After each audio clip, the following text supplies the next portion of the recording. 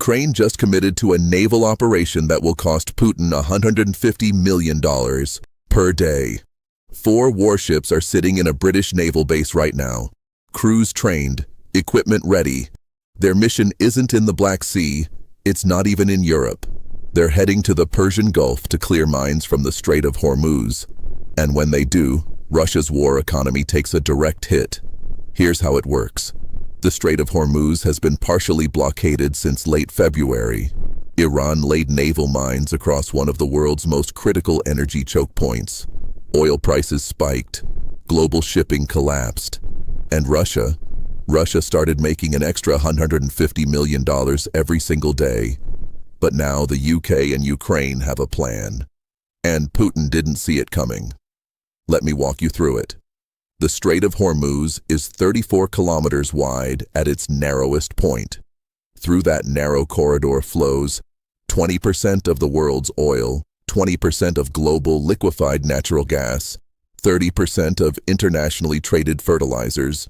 Before the Iran conflict escalated in late February, around 3,000 vessels transited the strait every month. Right now, that number has collapsed to about 5% of normal levels.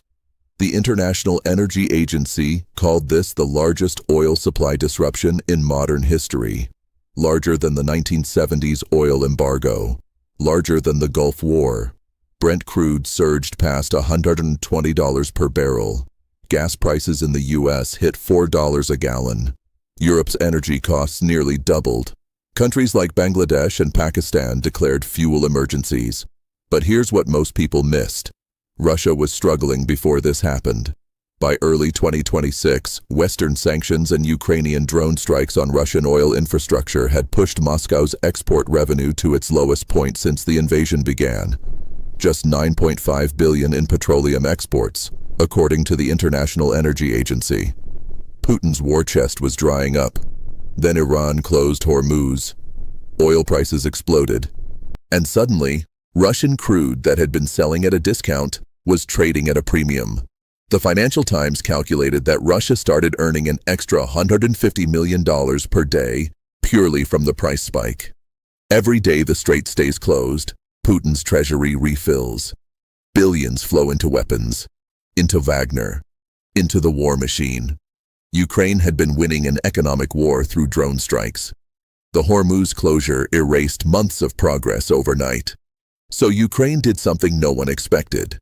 Ukraine announced it's deploying 4 NATO-standard mine hunters to the Persian Gulf. These aren't symbolic gestures. These are serious platforms. 2 of them, the Chernihiv and Cherkasy, were donated by the UK. Formerly HMS Grimsby and HMS Shoreham, both are Sandown-class mine hunters.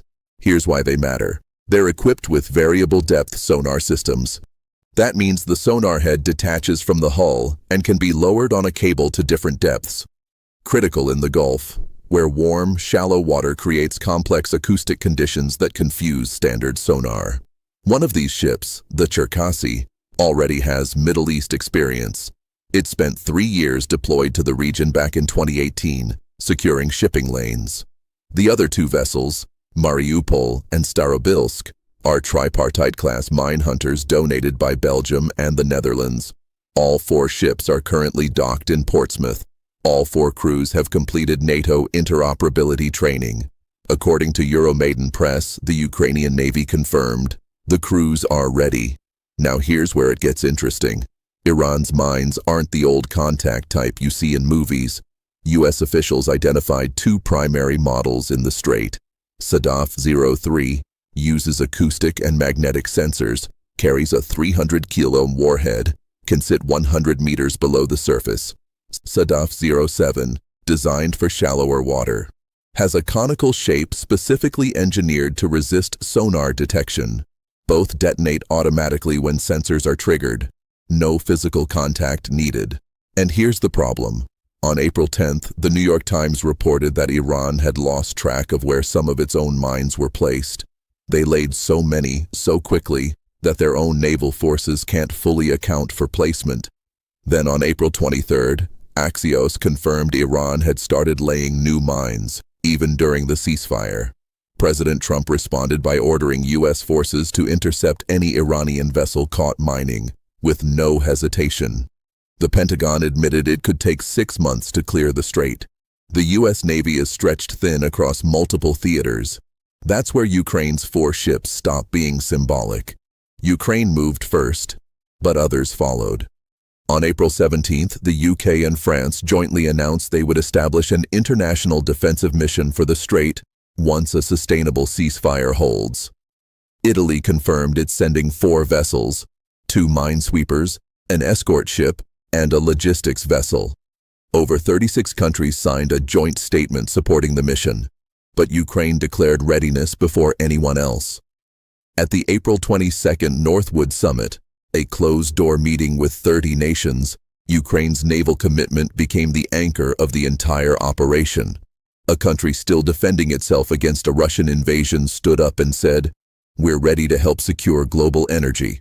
That's not just operationally significant, that's historically significant. And it connects directly to the money. Let's do the math. Russia earns $150 million extra per day while Hormuz is closed. That's over $1 billion per week. Over $4 billion per month.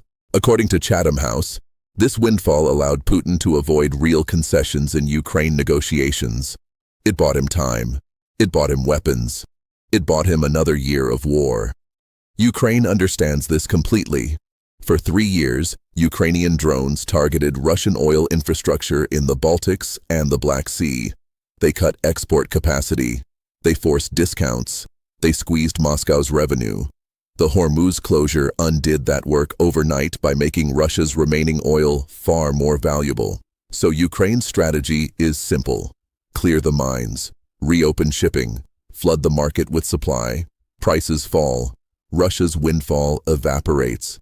It's the same economic warfare Ukraine has been waging since 2022, just on a global stage.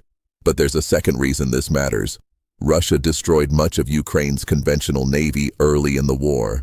Ukraine rebuilt through unmanned systems, sea drones that forced Russia's Black Sea fleet to retreat from Crimea without Ukraine firing a single traditional naval shell. But the Montreux Convention still limits Ukraine's ability to move warships through the Bosporus into the Black Sea. Now, Ukraine is projecting naval power into the Persian Gulf. Ukrainian sailors training with the Royal Navy. Ukrainian mine hunters operating alongside French and Italian vessels. Ukrainian sea drones being integrated into 10-year defense agreements with Gulf Arab states. President Zelensky confirmed those agreements himself. Putin invaded expecting to neutralize a regional military in days. Instead, he's created a combat-hardened force that can now deploy to the Middle East, train with NATO navies, and build security partnerships from London to Abu Dhabi. None of that was supposed to happen. Right now, the deployment is ready, but the mission is paused. Both the UK and France have said clearly they won't send ships into the strait while there's meaningful risk of conflict resuming. The ceasefire brokered by Pakistan on April 8th is technically still holding, but Axios confirmed Iran resumed mine-laying operations on April 23rd. Israel's defense minister stated publicly that Israel is prepared to renew military operations and is waiting only for Washington's signal.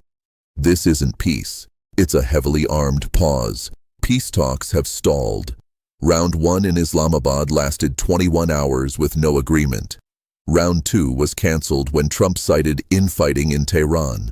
The core U.S. demand, a permanent, verifiable end to Iranian enrichment, hasn't been met. But the moment a real ceasefire clicks into place, the sequence moves fast.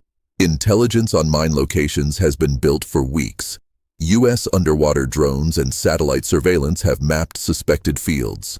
The USS Chief and USS Pioneer, both U.S. Navy mine countermeasure vessels, are already operating in the region alongside specialist helicopters. Ukraine's Sandown-class ships are specifically configured for the Gulf's conditions. The detachable sonar systems can adapt to warm, shallow, thermocline heavy water where standard sonar struggles. According to Defense One, these platforms are some of the most capable mine warfare assets any non-major naval power could deploy. They're not going in blind, they're going in prepared. And when shipping resumes, the global energy market decompresses. Chatham House projects that sustained price declines could push oil toward $50 per barrel in the medium term, precisely when Russia faces production constraints, sanctions pressure, and limited export routes. They called that scenario potentially devastating for Russia's budget. For years, Ukraine was seen primarily as an aid recipient. Billions in military support, humanitarian assistance, diplomatic backing. What's happening now is a fundamental shift. Ukraine is becoming a security provider, not just for Europe, for the global economy. When those 4 ships leave Portsmouth and head south through Suez, through the Red Sea, into the Gulf of Oman, they'll be carrying more than sonar equipment. They'll be carrying proof that a country written off as a failed state in 2022 is now a trusted partner in one of the most sensitive naval operations in the world. That changes every negotiation Ukraine enters from this point forward. Every weapons deal, every defense partnership, every economic agreement. It changes what Ukraine is, and Putin didn't plan for that. Of course, risks remain. If conflict resumes before deployment, the mission gets delayed or canceled. If mines prove harder to clear than expected, timelines stretch. If oil prices fall for other reasons, say a recession or OPEC supply increase, Russia's windfall shrinks regardless. But the strategic shift is already locked in. Ukraine has NATO-standard platforms, trained crews, international backing, a seat at the table in a global security mission. Even if the deployment is delayed, the capability remains, and the message has been sent, not to Iran, to Moscow. Here's what makes this story so unusual. Most geopolitical shifts take years to become visible. Alliances form slowly, capabilities build quietly. This happened in weeks.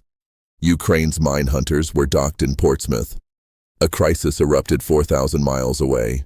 Within a month, Ukraine was the anchor of a 36-nation coalition to fix it. That's not normal. That's not how regional powers operate. That's how trusted allies operate. And for Putin, that's the real problem. He invaded to prevent Ukraine from joining the West. Instead, Ukraine is now deploying with the West to secure global energy and cut off his funding in the process. Every dollar Russia loses from falling oil prices is a dollar Ukraine doesn't have to destroy with a drone. Every ship Ukraine clears is another step toward economic victory. And it all started with 4 mine hunters in a British port. If you want to follow what happens when these ships deploy, subscribe. I'll be tracking every move, and let me know. Do you think Ukraine's deployment will actually happen? Or will the ceasefire collapse first? Drop a comment. I read all of them.